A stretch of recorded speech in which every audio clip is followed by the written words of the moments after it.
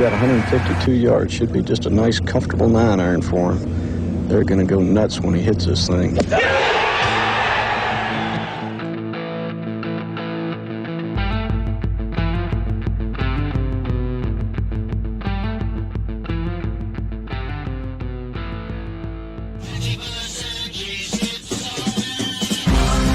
That's dirt. Yo, yo, yo. What's up, friends and family? This is Joe Idoni. My name's Joe Idoni. I just totally screwed up and botched that intro. At Tour Picks is the place to find me on X. Welcome into the Preferred Lines Golf Betting Show. Each and every week, streaming live on Monday nights. Proudly brought to you by the good folks over at Rotoballer. The Rotoballer PGA team is firing on all cylinders. Spencer crushed this week. I was just telling my guests that I woke up and had a bunch of money in my account I wasn't expecting to have. Everything over there on the Discord, power rankings are up. This week's article has already been published. The promo code over there is LINES. I'll kind of roll it right across the bottom of your screen now.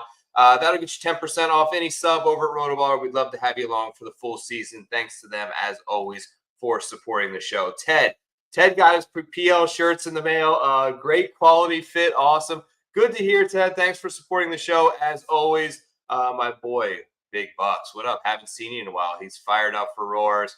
Joanne, good evening. Hello to everyone. It was an absolute fever dream. I still can't believe what we experienced yesterday. Still kind of coming down off the high of all of that. We will recap the Masters and the triumphant Grand Slam victory for Rory McIlroy shortly. We're going to go over some stuff for Harbour Town and the RBC Heritage this week. Star-studded field on the backs of maybe the greatest golf tournament we've seen this generation. Excited to talk about it, maybe dish out some picks there. Without further ado, welcoming back to the program this week, just wrapped up the TIB show, one of the best streaming shows in all of golf industry, now over at ISN, the host of Tap In Birdie. Welcome back to the show, Brian Kirschner. Good evening, Brian. Joe, how you doing? There couldn't be a better tournament to recap than last week. We pour our heart and soul into golf every single week, and I don't know if anything can really top that. And it's going to be hard to go back to recapping the Zurich Classic and betting on the Byron Nelson in a couple weeks. Yeah, we have peaked, man. A moment, an unimaginable moment that I thought we may never see. Can you believe that dude pissed in Rays Creek? I can't. I mean, it's the story of the week. I mean, Underrated I story. cannot believe it. He's gone from Augusta. He's never coming back. I thought that was a bit harsh, to be completely honest. Did they really kick him out? There were reports that he's uninvited ever again. He'll never be at Augusta. Wow. Yeah. Didn't realize that. Can't believe that actually happened. That's how we opened the electric week. I think that Sunday was 4 hours that we may never get again in golf viewing, between the ups and downs, between the career accomplishment of the Grand Slam, what it meant to him, how much of a, he's like sort of humanized that figure. When you think of the Grand Slam guys before him, especially in Nicklaus and Tiger, it's like it almost felt like they had no weaknesses and they were superhero. And Rory has been so open about his weaknesses, and we've seen the heartbreak, we've seen the struggles. I still don't quite know what to think. Like, I don't know, like, if I think he damn near almost choked that away, or if it was one of the most clutchest like experiences that I've ever seen someone accomplish on a golf course. Where do you fall? Was it more of a choke or more like clutch on Sunday for Rory? I mean, the whole week was a true dichotomy of great golf and piss poor golf. From Thursday on, he came out of the gate so hot, and there was so much expectation on him coming into the week, and for him to have the start he did, it was like, oh, he's really doing it. Like, he's really kind of put those demons behind, and then he immediately turned into the Rory that we've seen at Augusta for the past 11, 14 years. So that's where the entire week for him, I mean, other than Thursday and Friday and Saturday we played perfect golf, there were some unbelievable shots, and there were some shots that, 20 handicaps think that they can handle a little bit better. And I just think that's what makes Rory McIlroy great and makes him one of the most I don't want to say polarizing, but emotion-inducing golfers, of our generation. Yeah, look, like I've never seen that type of volatility from a single player in the lead. The stakes were like torturous for him. The weight was almost felt unbearable. In like what I mean by that is like it could have in that playoff gone two ways. Like it felt like it was either going to be the most glorious triumph, like moment that we've ever seen from a player, or the biggest choke of all time. Like literally the greatest collapse in major history, and I don't think that's hyperbole at all. Unbelievable. Like I can't, like he would have stormed out. I can't imagine when we would have seen him again. After that, it would have been so terrible. And it was such, like you mentioned, not only the dichotomy of like Rory's performance, but being in that final group with Bryson was like so contrasting. Like Rory all week just felt like, and I noticed this at the players with Rory that he's kind of had this like tunnel vision aspect to him this year where he's blocking out all the outside noise. Like, and it bothered me at times. Like there were times he was backing off shots at the players or the Masters when you hear a little peep and give the crowd kind of a glare. There was a moment when he was walking up to the green on 17 at the players where there's like hundreds of kids, right? Hundreds of them. And they've all like, Rory, hand out. And he won't even like, not only won't he give them like a fist bump, a high, like he won't even look at them. Like complete tunnel vision and locked in and didn't care. And Bryson is just the complete opposite.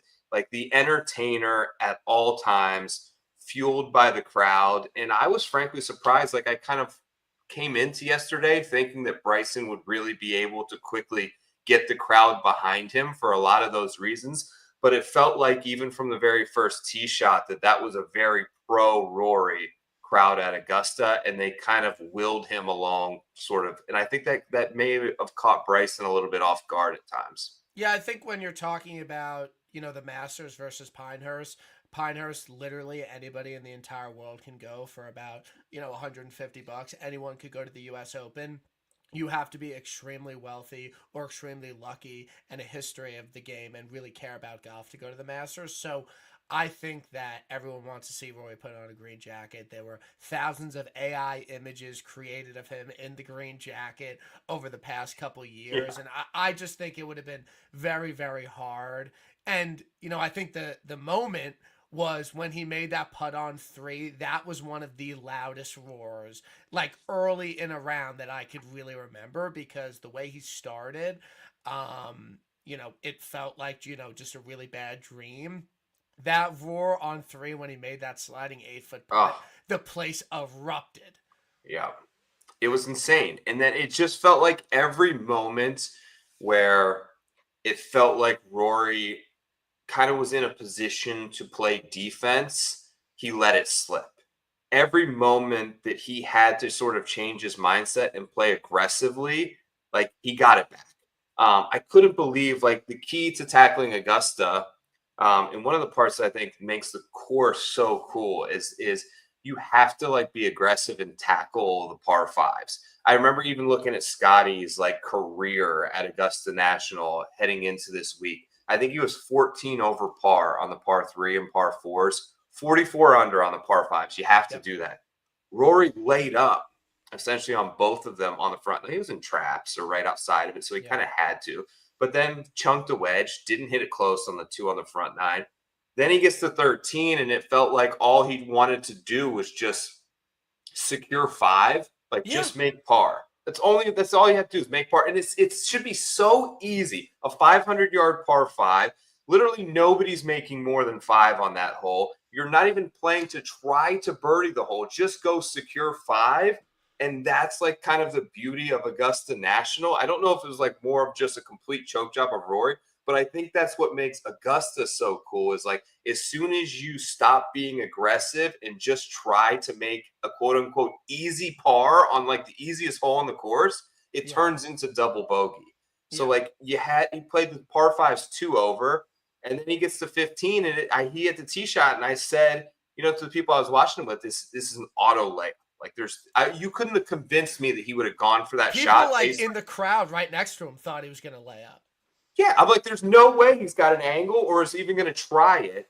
And then like the craziest shot of any of the par fives, he tries to take on and hits, as Jim Nantz would say, the shot of a lifetime. So just moments where it felt like every time he got a little bit conservative and played, two safeties deep or prevent defense, whatever you want to call it, it slipped away. And every time he had to be aggressive, he made it happen. So it was the craziest, most bipolar round of golf that I've ever witnessed in a major by a guy who ended up champion. It's wild. Yeah, and that's, I don't want to say it's sad, but it's almost sad. Like I said at the top, there's nothing that can top that. Like, there's no story in golf that is going to be as big as not only Rory winning another major after an 11-year drought, but ending it at Augusta. Like, there's no story that can really live up to that. And everything has a downside. The downside to the greatest story in golf this century, in my opinion, it tops Tiger in 2019. I don't know your thoughts on that,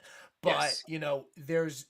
we're not going to have anything like that. And if he did what historically Masters winners do, and have the tournament kind of won by 13 and kind of just mail it in, it's still a great story. But the way he did it, just made it that much more interesting. I mean, the amount of times I tweeted or Jim Nantz said, "Oh my goodness, I cannot believe that just happened." I mean, you just cannot script anything better. I mean, there were just so many from the whole entire week.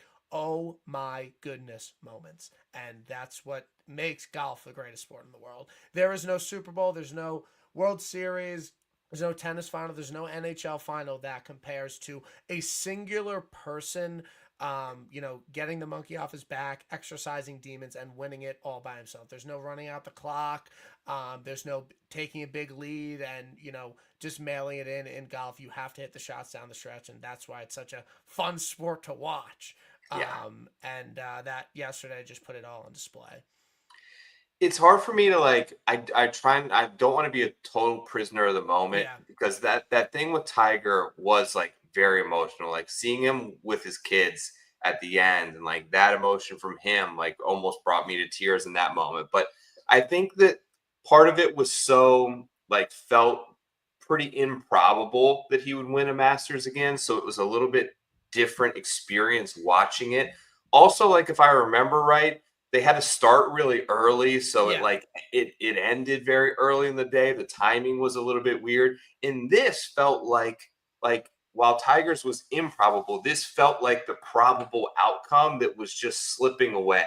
Yeah. And like the momentum. And where do you stand on like obviously I think anyone would agree that having this like a big rivalry between two players is really good for the game of golf. Or do you think media is kind of blowing this out of proportion, the Bryson versus Rory thing, or do you think there's some genuine like distaste and like they probably don't really like each other? I think it's more a matter of just what happened at Pinehurst that created a Yeah, rivalry. Really do not think there is any beef between the two. I mean, I think Rory is very distasteful of some of the live guys, and especially what Bryson did on his way out with, being in the suit that sued a lot of people on the PGA Tour. Like, I don't think Rory likes Bryson, but I don't think there's any real beef there. And, Bryson, after his comments, Rory didn't talk to me. He really genuinely seemed upset about it. And I he thought did. that was kind of in poor taste. And I thought it was a pretty bad look from Bryson. I know people are saying this might be like a no story or something, but I watched the full clip and he genuinely seemed disappointed and kind of made it about himself. Yeah. And I didn't love that necessarily, but I personally thought going into Sunday and even on Saturday, these things even out. Bryson is not going to have Rory's number in two of the last three majors. He's not going to beat Rory in heartbreaking fashion in two of the last three majors. These things even out. Rory McIlroy is not going to, blow four majors, in the last 3 years. Like, these things even out. And it was time. It was his time. And he won it when everyone expected him to win. He had three legends of the game, Jack Nicklaus, Gary Player, Tom Watson, all say, I think Rory McIlroy is going to win this week. And he went out and won it. And that's what makes it more impressive than, if he backdoored it in 2022 or he won 2 years later at 14-1. Like, the fact that he did it when everyone expected him to makes it that much sweeter, in my opinion, and that much more impressive. Yeah, you're right. I was going to ask you, and I'll do mine so I can give you a second to maybe think about it so don't catch you totally off guard. Like, which player were you most surprised about and who are you most disappointed about? For me, I was genuinely surprised that Ludwig Aubert like backed up a second place from last year. I did not see it coming. I saw him hemorrhaging strokes with his iron play. Obviously gained like a million strokes putting at last year's Masters. I said that's unsustainable. That's unrepeatable. And there was a point in time when Ludwig was on like 14 or 15 when it really felt like he was going to win it. And I'm like watching it with my wife who knows a few players, but she's more tuned into like body language than anyone else. And she's like, Rory looks so stressed and tense and like you can just see it bottled up inside of him. And she was like, that dude is just like laughing and chilling and like he's making putts and he's turning the really hard holes into easy holes. And I was so surprised like to see him kind of throw that all away on 18 was disappointing. He's kind of starting to get a little bit of a knock for um like making mental errors in big moments, but I still think I was just so impressed with, he really should have been third place in the tournament. He played that well through 70 holes, and I was really surprised that he backed that up, excuse me. And the most disappointed for me is easily Brooks Koepka. Your I'm a guy. sucker for it, but I had myself convinced that things were headed in the right direction. I was off Brooks last year, which I like. And that almost felt like I cashed a ticket to me when I'm like, Brooks, I'm not going to bet Brooks for like the first time in a major in forever. And he sucked last year. So I was like emboldened by that this year. The form was better. It was like double the betting price that he was last year at this event. I felt really good about it.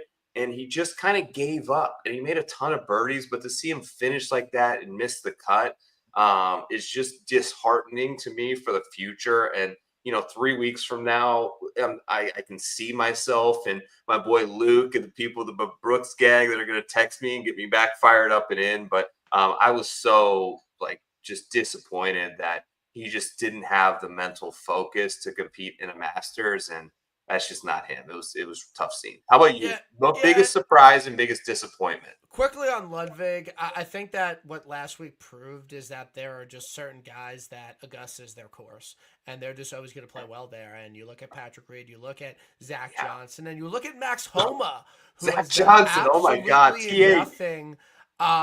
Max Homa, he might just play well at Augusta. Like, I think that if he finished T12 at Harbour Town and missed the cut last week, that almost bodes better for him. But I just think that this is a Ludwig course. He's going to win a green jacket. I'm pretty confident of that. I don't think that's like a hot take or anything, but he's going to be a dominant player at this course for many years to come. I'll go most impressive, Justin Rose. This guy just steps up and contends in really big events. I thought he was unbelievable at the Open last year and had a really good chance to win if Xander didn't go nuclear.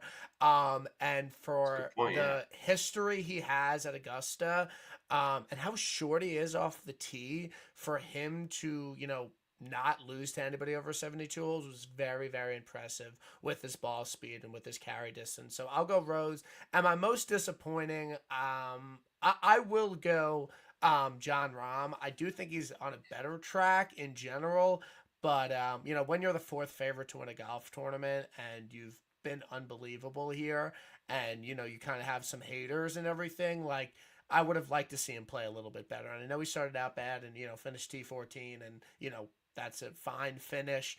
But for his caliber of player and, his odds, I think Rahm was most disappointing, to be completely honest. You made a good point, I think, about Rose there, and it was so impressive. But I think what you said about him having to overcome the lack of distance and still almost doing it. Like you think about even the playoff hole.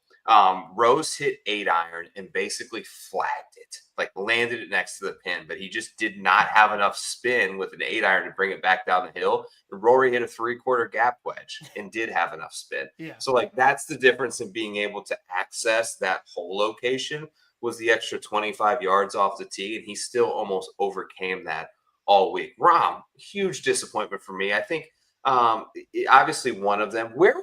like, what are fair odds for John Rahm, like, to win? Let's just go to Quail Hollow. Like, does he get to 25-1? Like, where's a fair betting price for him I right think now? he shouldn't be higher than 22. I think he should be 20 to 22. I don't think he should be 25. But moving forward, it has to be Bryson then Rahm. Agree? Yeah, I agree. Okay. Yeah.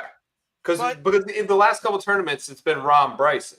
Yeah, and Rahm did kind of get up to that number around the PGA. If you remember, he was in that 20 to 25 range after his disappointment. So I could see him getting back there. I mean, I don't know. I think that, and everyone was dunking on him. It was a little bit premature, and I think this is a pretty common take. But you look at a guy like Bryson who went to Live and doesn't really play that well on Live, but he gears his game up for major championships, and he's a better major player since Live. And then you look at Rahm.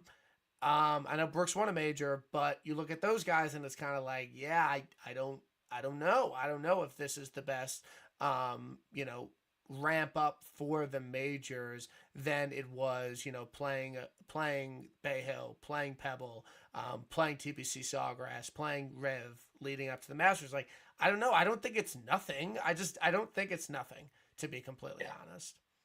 I agree with you there. Anything else Masters related you want to chat about? Yeah, I mean, look, I just, I said it before, and I was most surprised by Rory's wedge shot into 18 in regulation. I cannot get over that shot that he hit. He did the hard part well. Absolutely nuked a drive, faded a drive. The two drives he hit on 18 were majestic, like just absolutely on the screws. I fell to the ground. Like, I was watching with my wife, and I'm like, hit the green and you have it. He was minus 1,400 there. I knew he wasn't getting that up and down. And it was like so probable, like it's probably a 90%er up and down in any other circumstances. Of course, they brought up that he chipped it in, but as soon as he missed it there, I would have taken bets he was not getting that up and down because it was such a horrible shot from 100 yards. It's like inexcusable. Like, genuinely, I understand last hole at Augusta. I'm not Rory McIlroy. I'm not one of the greatest golfers ever. I feel like I could have gotten that on the green. I'm not even Scotty would never. There is a funnel behind the green. You have, like, it's not a difficult approach shot. With that club, Rose 170 out. Like, yeah, sure. Like, that's a tough shot. But where he was, I mean, it was just completely inexcusable. And like we said before, I do not know what happens to Rory McIlroy if he does not win that major championship. I do not know what happens to him. It's almost like you have to retire situation. It felt bigger than sports if he were to lose before the playoff. Did you feel like it was bigger than sports before the playoff if Rory were to lose? Yeah, I don't. You're right. It was just I can't even bring my mind to think of what that would have done to him, like internally, like. He may have never spoken to the media for like weeks. We may not have seen him until Quail Hollow. It would have been the biggest collapse. It would have been almost just as big of a story as him winning would have been him blowing it in terms of like the media and Sports Center and ESPN.com and the heartbreak and the emotion. And it sucks for him because he's been like this, like he's this mansion, this behemoth of a house, but the doors are wide open to it versus like you go to Brooks, you go to Tiger, you go to DJ, you go to Jack, like everything's closed off and they're stoic and it's like a house built by pillars of steel. Rory, you see all the blemishes, you see all the scars, and he's so open about it. I even think about this is crazy to even bring this up, but I had some experience asking him questions at TGL. And like I asked him about like Charlie Hoffman took a shot at him, and like nobody gives me an answer to that except Rory. Yeah. Like people are just like, if I ask Scotty about that, he's like, he wouldn't say this, but in his mind, he's like, fuck Charlie Hoffman. Why am I going to even? What does Scotty say every single press conference? I don't think about that. That's not on my. I don't think about that. But not even like, oh, what is it like being the number one player in the world? I don't think about it. I'm focused on my product. He doesn't give you anything where Rory tells you that he was the most nervous he's ever been in his entire life on first tee, and he was surprised how nervous he was, and he made one of the sloppiest double bogeys I've ever seen. Like, there's nothing more relatable to a golfer than what Rory did on one. And for him, three putt. like, for him to admit that and be like, no, like, I was so nervous on the first hole. I was Yeah. so surprised. Like, there's nothing more relatable. And that's why people love Rory. And that's why he elicits so much emotion from so many people. Yeah. You see all the scars, so you can root for him in these moments of triumph like that. Pretty cool stuff. I don't know that we'll ever get another Masters like that. I don't want to say never because I thought we would never get another year like Tiger. And it's funny because, like you mentioned, some guys like Ludwig and Bryson are like just built for Augusta National, and it's coming. And we thought that with Rory for so long. So it's like, and even Rory talked about it post round. He was like, I would have thought I would have done it like right at the beginning, 16 years ago when I was so close. And you wonder with those guys, and like the more and more times you go back there, especially with Bryson and how much it means to him, that weight and that pressure that Rory felt continues to add each time you go back and you don't get it done. And especially adds more like the closer that you get, you blow a lead.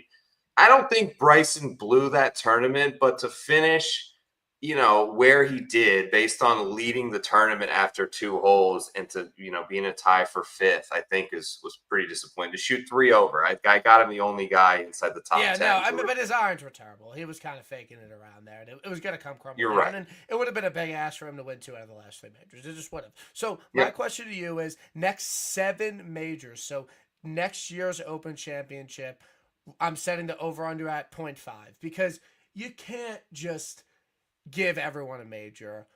Yeah. Rory McIlroy 0.5 over majors in the next 7 over or under. What are you taking? Obviously, it makes sense. I take over. Yeah.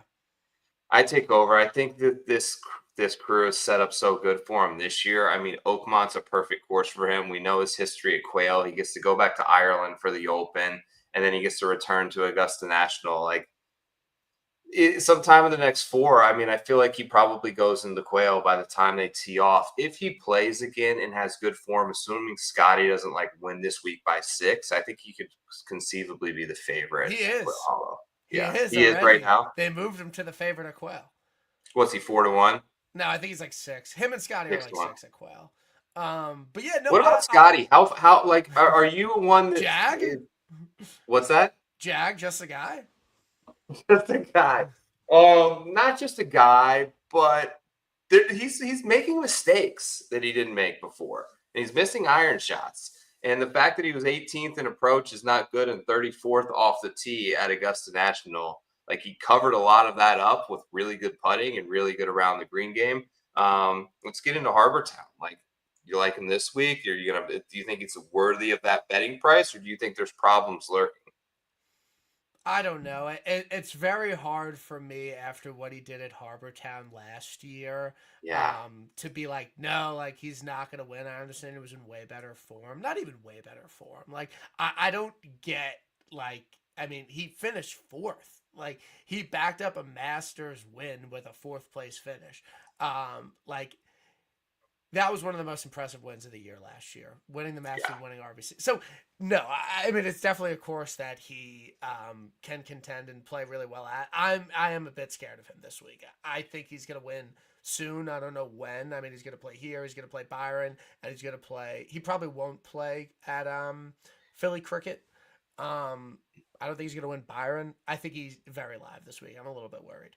So if you were to take Harbour Town, right, just some context, like 7,100 yards, Pete Dye, we've known it, we've seen it each and every year. What's like the one thing that is the most important aspect of your game that you have to bring to a course like Harbour Town? Yeah, I think just ripping your mid irons and just giving yourself a lot of really good looks. I mean, it is most weeks, barring the Houston Open and Byron Nelson. But, like, yeah, I think you just got to be ripping your mid irons. And, I don't really think these, like, I know it's, tighter off the tee, but these guys don't really have that much trouble off the tee here, to be completely honest. And, I mean, if you look at Scotty's stat line last year, I mean, he, like, was neutral with the putter and around the green. I mean, his ball striking here last year was extremely impressive. And, I mean, he's won Travelers. He's won Players twice. Like, he's done it on these TPC, shot making courses. So I'm a bit worried about him this week. I think you nailed it on it. I think it's a second shot golf course. I think it's ball striking. And it's funny because I think that there is such a there's opposite ends of the spectrum between what you can get away with at Augusta National and what you can't get away with here. What I mean by that is like you look at someone like Scotty, who was able to kind of work with being 34th off the tee and 18th on approach. His ball striking numbers were not good last week and finished 4th. Sung J.M. was terrible on approach last week. He finished 5th. Bryson was 51st. He was awful with his irons, like you said, and was able to finish in the top 5. Like, you're not going to be able to do that at Harbour Town. Like, you have to hit your irons very, very well, and being able to make up for it with exceptional around the green game and putting just isn't a formula for success here. So I think I have, like, it's not a betting price that I would consider, but I don't know, man. It's just like the ball striking is not what it was, and I'm not going to write him off, but it's not anything that I'm even like slightly intrigued by a single bullet Scotty, because I don't see the ball striking stuff right now that we were accustomed to last season.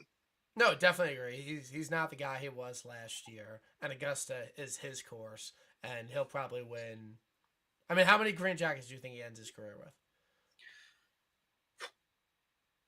I know I said before, it can't just hand out majors, and that doesn't work like that. Like, I mean, does he get to 4 green jackets? No. Okay.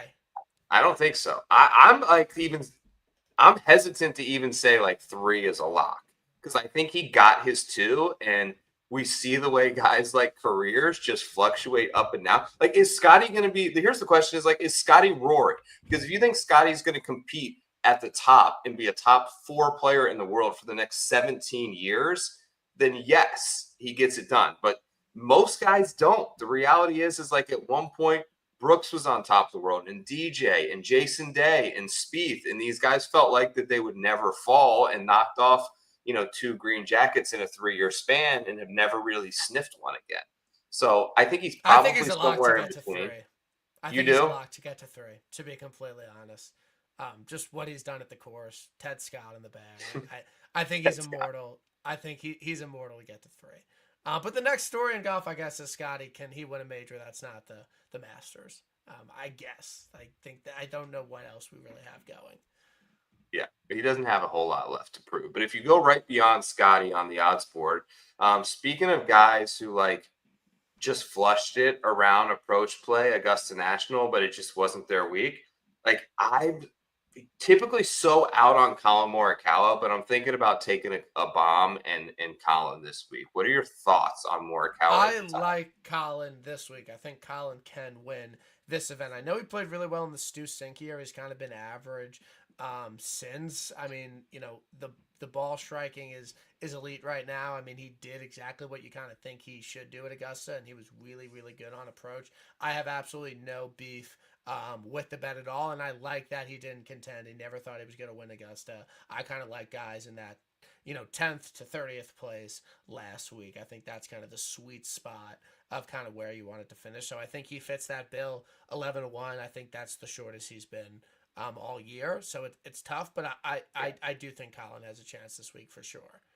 Yeah, I think you're right. It is the shortest he's been all year, which the price doesn't feel like it's there. But I'm not going to go Scotty. I'm concerned that Ludwig continues to lose strokes on approach, and I think he got away with that at Augusta. I don't think he gets away with it here.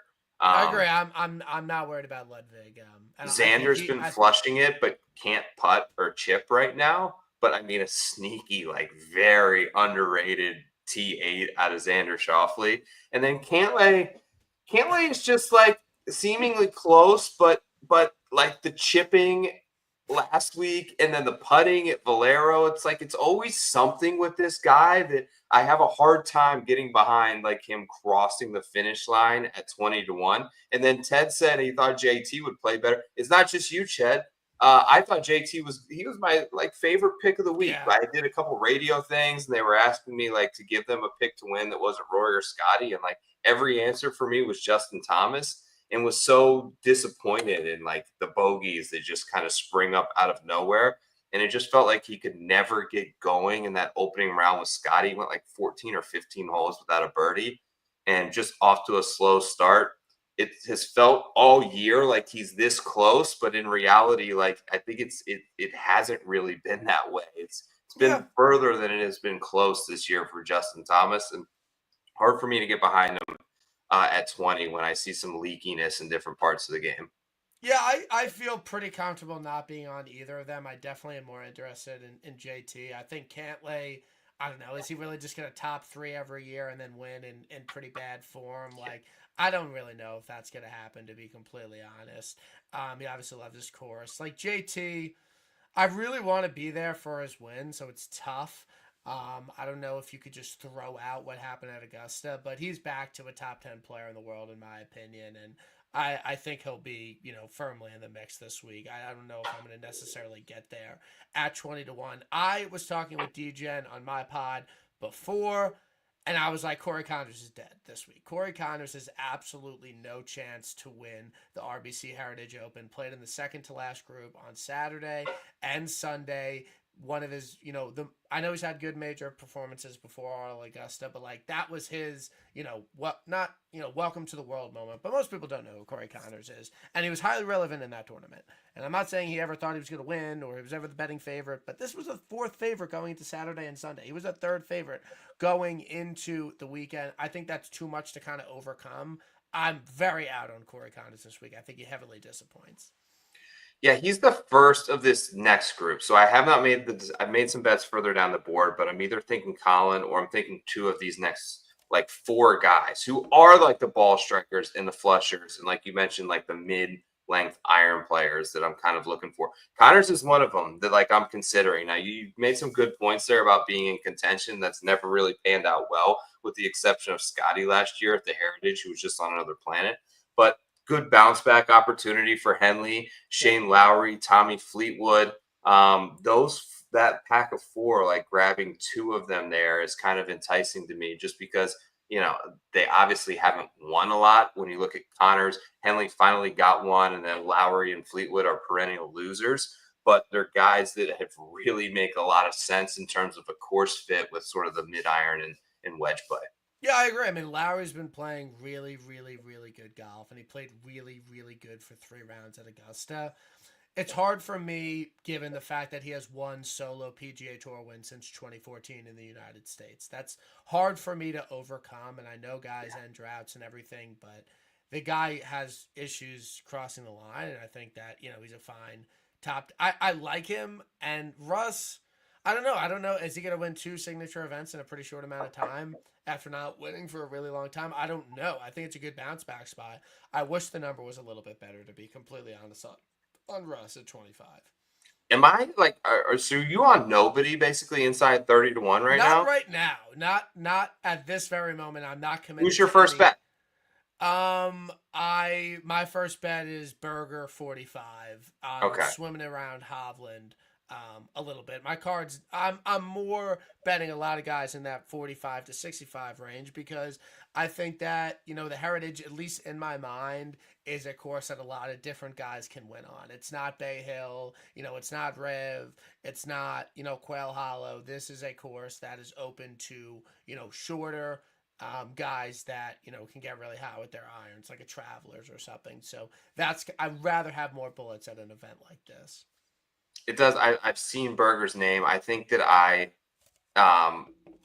by the time the morning was a little hectic, by the time I got around to like the odds board, some of like the 55, 60s and maybe even early 70s were gone for me. And then at that point, it's just like, it's hard for me to stake something at 30 less points than all my buddies got.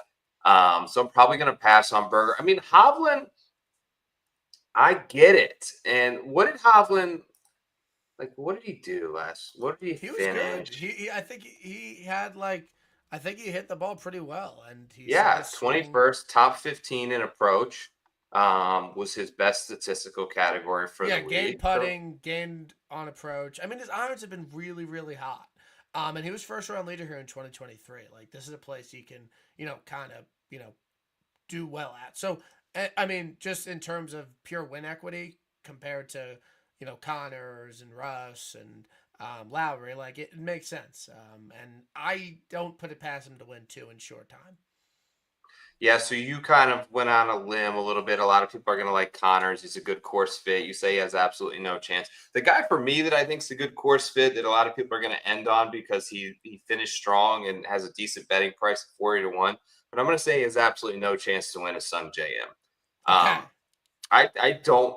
You just can't fake it. Like you can't be that poor of an iron player this many weeks in a row and show up to Harbour Town and get it done. So he's the one that I'm writing off. Thought a little bit about Bobby McIntyre at 50-1. But for me, then I start to get into the range of 60s. Did I pass anyone up in here that you've taken or you've got to take on? No, I have a lot. I have a couple guys in the 60s that I'm definitely betting. I'm in on Keegan Bradley. How do you feel about that? I'm in on Keegan. Okay, good. Give me a take on Keegan. Why do you like him? Iron play? I've been betting him. I mean, I don't want to hop off. He is a guy that can win. I mean, he has 3 wins in the past, couple of years, and he's shown it. I mean, the ball striking has been good. I know he wasn't great at the Masters, but he does. It's not really a course that he always plays well at. And I just like what I'm seeing from him this year. He's put up a lot of really solid finishes and no Ryder Cup or anything. I just think Keegan, the way he's been playing, his win equity at 66-1 is a good bet. Completely agree. Everything you said there on Keegan. The mid-iron play has been fantastic. I think that he's trending. I got him top 10 off the tee as well over the last 24 rounds. He's just not putting it well currently. 68th in the field in putting as of recent, but he's had some good performances, even going back to 2023, gained a couple of strokes putting here. So maybe some familiarity with the greens. I'm considering a couple other guys in the 60s. I mean, JJ Spawn feels like obvious to me that if it happens and I didn't take it, I would feel like a complete idiot because, obviously the way he's striking the ball, I think he's like one of the top 3 approach guys in the field. Then you draw a little Pete Dye link from the Players to Harbour Town, and there's so much stuff that makes sense for Spawn, but it does feel like when you have names, Michael Kim's playing better than him overall. Maverick McNeely's a recent tour winner. There are some names. You got Net Mav? Okay. Yeah. And the thing about JJ, you have to ask yourself, was the Players his week? Is that going to be JJ's peak? Like, should he have won that tournament? Was that the highest it's going to go? And is it all downhill from here? Or did he learn from that? Does he still have that iron play? This is a perfect course fit for him. I like JJ, to be completely honest. I might, take the gamble in the 60s, to be completely honest. Course fit JT Poston or your guy Tom Amarty's. I know I see his He bet $1,000 on him. I love that. He's awesome. He's a great guy. My biggest hesitation with Posty on betting him, he usually spaces out his wins a little bit. He's like a win every year and a half, 2 years. He won in the fall, so I don't know if he's going to win that soon after his first round leader here last year. But I do think Poston can win. And the thing about Poston is that he was striping his irons for a while and he couldn't putt. And he's obviously known as one of the best putters in the world. But T42 at the Masters didn't really do anything that great. But I feel like this is a place where he can, find the putter. He's putted fantastic here. But the iron play hasn't been great. So maybe he's kind of figured out something with the irons and he can kind of marry them. So I'm on him. Do you have any interest in Mav? Probably not Mav. No, I'm on Keegan already. Who else did I have? Oh, I took Lucas Glover at 80-1. I like Glover. That's a good bet. Yeah, he's been really solid with his irons. I thought about this is kind of your guy, actually. You had him like the craziest bet I've ever seen because you were the only single person that I follow on Twitter that had him when he won the Open Championship. Like Brian Harman, did he figure something out with the putter? He's obviously been great at this course in the past. 75-1 feels like a decent price. Obviously coming off a good win. After he won the Open, I thought there was a world in which he never won again. Like he wasn't someone I really bet after the Open. Like I thought that kind of bit could have been the pinnacle for him, to be completely honest. I think he spaces out his wins a little bit more. I don't know if he's a guy that's going to win 2 out of his last 3 starts. I think he's playing well, top 20, definitely could get in the mix, but I think Valero was probably his week, just given how much he's won in his career. That's kind of where I max out. Sia's in here. What up, Sia? Says, have we gotten to the Valimaki and Gerard portion? I actually looked at both of them. Like Valimaki is over the last short term, last 16 rounds, gained more strokes on approach than any other player in the entire field. Gerard's been so hot. They can't win a signature event, so no, I'm not betting them outright to win. I even looked at the top 20 number for Gerard because I kind of wanted it, and plus 260 it was at my book. It didn't feel like enough there for Brian Gerard to top 20 at a signature event. I was hoping for a bigger price. Do you have a take on either one of those guys? Not much. I think Gerard's playing well. I think Gerard can be relevant in this tournament. I think that, it's more likely he was going to win an event like the Valero than here. Do you have any interest in Max Homa 125 to 1? No. The guy that I do have interest in, though, and I see a 90, but I was going to take the 80 is Zalatoris. Okay. You're out? I don't love it. I don't know. You're like an OG Zal guy. I know, but he's just not the same guy he was. And yeah. Now he's finally priced properly. I never thought he was priced properly when he was 45 to 1 at Bay Hill. I did not understand that. His results and underlying stats never really pointed to that for me. But 90 to 1 is a very bettable, palatable number that I'm fine with you betting. So were you like leaning into potentially being back on Homa? No, but I think because I think that at his win equity 2 years ago, 125 to 1 in this field is enticing. New caddy on the bag. What I will say is kind of what we talked about before is that he just might be good at Augusta. And it might not be he's completely back because we saw Zach Johnson top 10 and we saw Ludwig top 5. And that might just be a course where he feels really comfortable at, even though, it's one of the hardest courses and it's Augusta National and everything. But I don't hate taking a flyer on Homa 125 to 1. I'm looking at this board and I didn't really consider it earlier, but 90 to 1 on Tom Hoagie? Yeah. I knew you were going to say that. Are you behind that?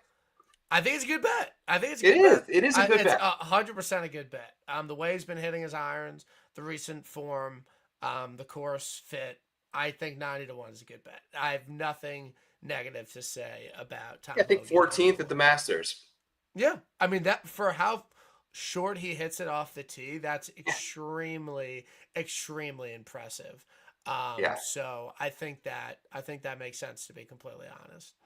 And now comes to 7,100 yards, much more in his wheelhouse, more of the mid-iron play. Any other bombs? Like any other bomb guys you like? No. I think neither. I'm kind of maybe bet someone, in that 20 to 30 to 1 range, and then kind of spray, the Berger, Poston, Mav, Keegan, Spawn, maybe Bud Cauley range. Any interest in Bud? So I don't think so. I just feel actually the price is pretty reasonable, but I just feel like he's going to fire on everyone's stat model and he's going to be more popular than he should be. And more often than not, those bets typically. And he is due for a poor performance. He's due to not finish top 10 every single week. It's coming eventually. Yep. Tapping birdie this week with your boy D-Gen was electric. I caught a little bit of it as I got prepared for this show. Out now, obviously, on YouTube. You catch the replay on Brian's channel. Good stuff, man. Always appreciate you coming on the show. Thanks for making a little time for me. What else you got planned this week? Nothing much. It's finally golf weather on Long Island, so I'll be going out and playing. Thinking about Rory drawing a 5-iron around the trees. What's your go-to spot up there? I mean, I really just play it at Bethpage. It's the best conditioned course. There's 5 different courses. It's kind of tough to get on, but if you're willing to put in the effort, it's good to go. But I'm excited for the golf season. It's no Panther National. It is no Panther National on Justin Thomas. Go out to an empty course and go play. But I will have a decent weekend, I'm hoping. How was that experience for you? Oh, it was so sick. I was so excited for it. So, Matt and I had a long night the night before. So it was the TGL finals, So it was like the celebration, and they kind of told us, like, don't go on the field. Or they told Keith, I think they told Keith that. And Matt and I were like, we just don't ask. We're going on the field. We go on the field, and then we're walking off the field, and like Atlanta has, like, Arthur Blank is having like a private party, like toast for the team. And we just kind of like walked in. We weren't supposed to be in there at all. There's maybe like 40 people. It's like the players, their families, their wives, Arthur Blank, like the owner, Jill. There's just craziness. We walked in there, we're drinking with them, and then TGL. I think Matt was out until 3 or 4 in the morning. And but I got up early. I'm like ready to go. I'm so excited for Panther. I go to pick up my clubs for my course. I like bring the clubs upstairs, hop in the sauna, get a quick sweat in because I need to sweat out some toxins. Go pick up Matt. We get to Panther National. We're so fired up to be there, and Matt's pulling his clubs out of the back of my truck, and my clubs aren't there. I left them at my spot, so I had to go there. I was super fired up, and then I had to rent a set of clubs. So I'm sure they were very disappointed, but the experience was sick. We got a caddy. Matt told me you were striping it out there. You put it. I was, dude. I birthed the first hole. What was the rental set? It was the rental set. They made us like what type of clubs were they? Oh, they were some. I think they were some like Callaway Apex or something like that. Irons. They were weird. They were like had this like lightweight graphite in them. Like the clubs felt like noodles. But I started out hot. Got a transfusion right off the bat. Started out hot. The dog. Yep. They made us start on like the 3rd hole, birdied it, and then things got a little squirrely on the back 9. But it was sick. It was awesome, man. It just shows, like, you know, the impact you and Matt had on a lot of the people there, and you guys put in a lot of work, and, you know, we're good faces there and asked good questions and everything. You were a big fan of TGL, weren't you? Yeah, no, I enjoy TGL. I mean, my life hasn't been the same without it, to be completely honest. I miss it. So, yeah, I'm excited for next season. We'll see some of the off-season moves, and if are there any expansion teams that come in? But I thought it was a success for year 1. Yeah, me too, man. Thanks again for popping on the show. Always appreciate you always saying yes when I call and need a guest on the show. Keep crushing it, Brian. You're the man, most entertaining follow out there on golf Twitter. So make sure to give him a follow if you aren't already. Tapping Birdie out now as well. We'll talk to you soon, brother. Have a good night. Have a good night. Later. All right, gang. That's going to wrap up the show this week for the RBC Heritage. If you made it this far, please subscribe to the YouTube channel. Give it a like. Leave me a comment this week. Tell me who you like to win the RBC Heritage. Preferred lines, I got the new tees. Ted was rocking one. Ted, I sent your son ordered one as well and had me send it to your address. So that'll probably be coming 2 to 3 days later. Slide to my DMs if you're interested in a shirt and supporting the show. Some potentially big news. Potentially, I got something brewing for the next couple of weeks here. So something potentially on the horizon that could be huge for the show. I say that to say this. I need your support now more than ever. These next couple of weeks mean a whole heck of a lot to me and to the show and to the future of Preferred Lines. So if you could share it with a friend, if you could retweet this on the X app, if you could maybe share it around the YouTube link or subscribe to the channel, I would genuinely, truly appreciate that. My name is Joe Idoni. Thanks again for checking out another episode of Preferred Lines. Shout out Rotoballer for their continued support of this program. The promo code over there is Lines, gets you 10% off any sub over with the Rotoballer PGA team. Great to see you all tonight. Hope that you enjoyed the Masters. Have a great RBC Heritage. Good luck. Hit some bets.